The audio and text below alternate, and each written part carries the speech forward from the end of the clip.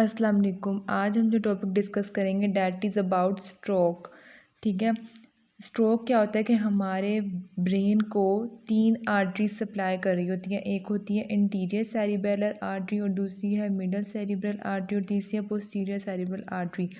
अगर हमारे ब्रेन को ब्लड सप्लाई किसी भी आर्टरी की वजह से, की ब्लॉकेज की वजह से, क्लूजन की वजह से इंटरप्ट हो जाती है और हमारे ब्रेन तक प्रॉपर ब्लड नहीं पहुंच पाता, तो हमारे ब्रेन के अंदर स्कीमिया होता है, नेक्रोसिस, और वो सारा इन्फेक्शन का प्रोसेस स्टार्ट हो जाता है और जो है हमारे बॉडी के अंदर स्ट्रोक की कंडीशन आती है। ठीक है, ये था इसका थोड़ा सा जनरल ओवरव्यू। अब हम इसको डिटेल में डिस्कस करते हैं।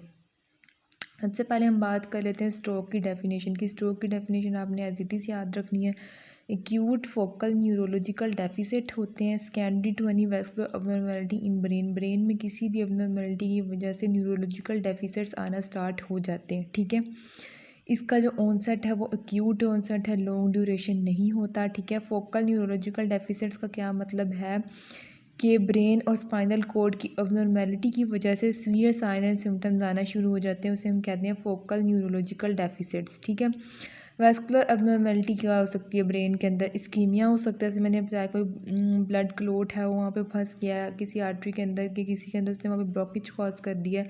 ब्लॉकेज कॉज करने की वजह से क्या होगा, जो ब्लड है वो ब्रेन के उस पार्ट तक नहीं जाएगा, ब्रेन के उस पार्ट का इस्कीमिया स्टार्ट हो जाएगा। ठीक है, या हेमरेज हो सकता है। हेमरेज में क्या होता है कि वेसल्स रप्चर कर गई हैं। ठीक है, और जो ब्लड सप्लाई है ब्रेन की तरफ वो कम हो गई है या टोटली ख़त्म हो गई है।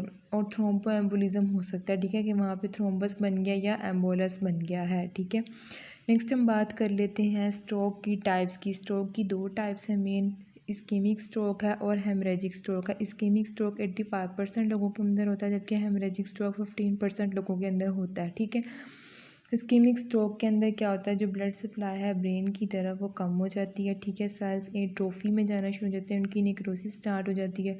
उस पर्टिकुलर फंक्शन का पर्टिकुलर एरिया का जहाँ पे नेक्रोसिस स्टार्ट हुई है, ब्लड सप्लाई नहीं जा रही, उसका फंक्शन लॉस होता है। ठीक है, और जो हमारे पास इस्केमिक स्ट्रोक है वो हमें 12 to 18 आवर्स के अंदर सिटी स्कैन के ऊपर शो हो जाता है। हेमरेजिक स्ट्रोक के अंदर क्या होता है, वेसल रप्चर हुई, ब्लड लीक हुआ वेसल्स के अंदर। ठीक है, उस ब्लड लीक होगा वेसल्स के अंदर तो वहाँ पे प्रेशर ज़्यादा हो जाएगा, उसकी वजह से सेरिब्रल एडीमा की कंडीशन हो सकती है। ठीक है, हीमाटोमा, ब्लड लीक हो रहा है वेसल्स के अंदर, हीमाटोमा जो क्लोट बनेगा वो ब्रेन के ऊपर प्रेशर डालेगा, वहाँ पे कंप्रेशन होगी, सेल्स की एट्रोफी होगी। सेरिब्रल एडीमा की वजह से क्या होगा, साइंस आएंगे ऑफ रेज्ड इंट्राक्रैनियल प्रेशर। ठीक है, रेज्ड इंट्राक्रैनियल प्रेशर के साइंस क्या होते हैं, severe headache, vomiting, blurring of vision, papilledema, nausea, altered state of consciousness और वीकनेस ऑफ बॉडी। ठीक है, और जो हेमरेजिक स्ट्रोक है वो हमें सीटी स्कैन के ऊपर 2 मिनट के बाद नज़र आता है। ठीक है, इसके सिम्टम्स सडन होते हैं और ये 15% केसेस के अंदर होता है।